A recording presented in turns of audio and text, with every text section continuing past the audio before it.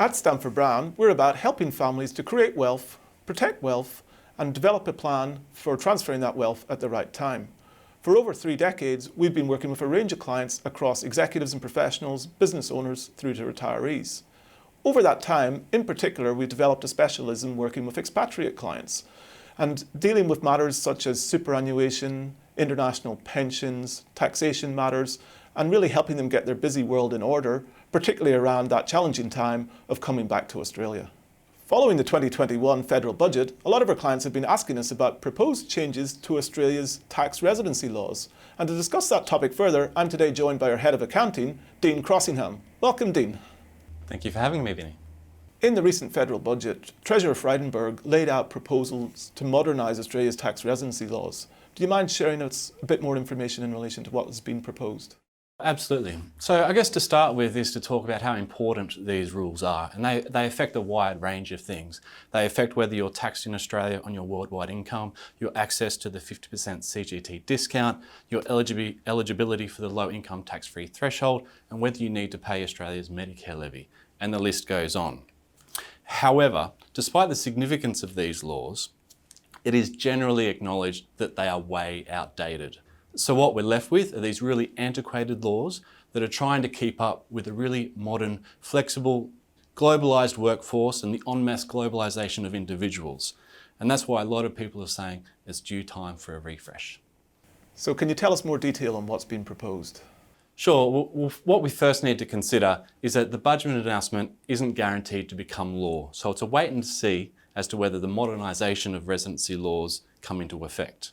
However, assuming they do, we anticipate that there'll be 3 main rules that govern an individual's tax residency status.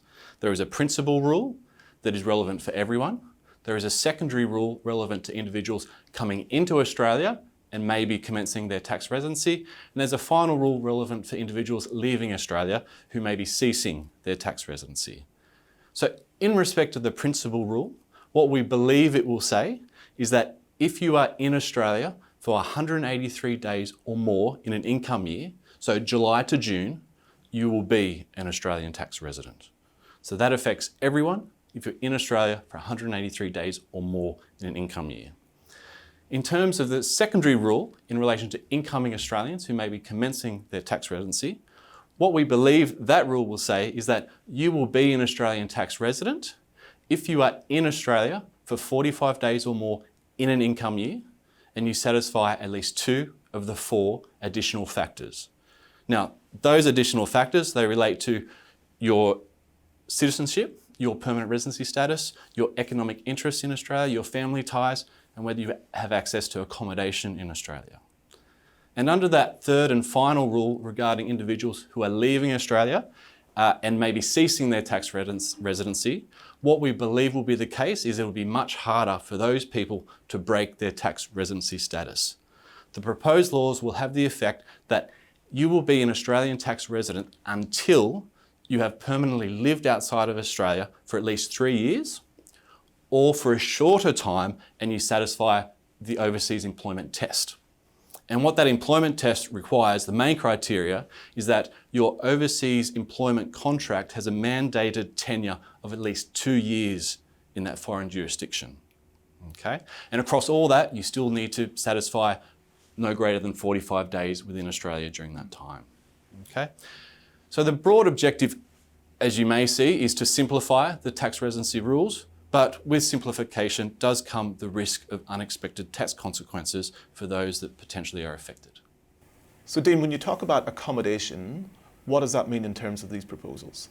So what this relates back to is a 2019 review by the Board of Taxation, where it talks about if an individual has access to accommodation, it should be given as a factor in their residency. And when they talk about accommodation, it is a home.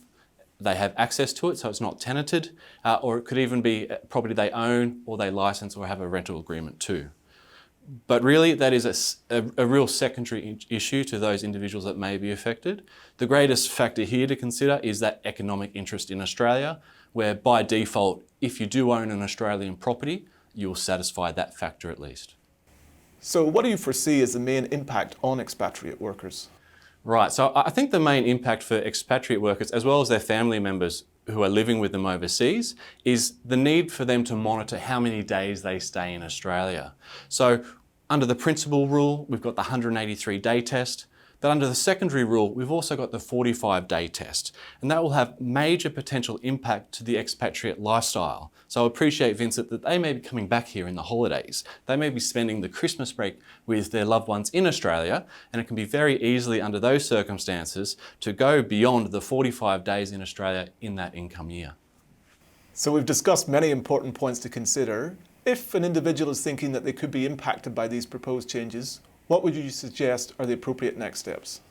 So in terms of next step, remembering these are not laws yet, so there's no need for drastic action, but I could suggest 3 next steps for potentially affected individuals. The first step is review your travel and working arrangements over the next few years.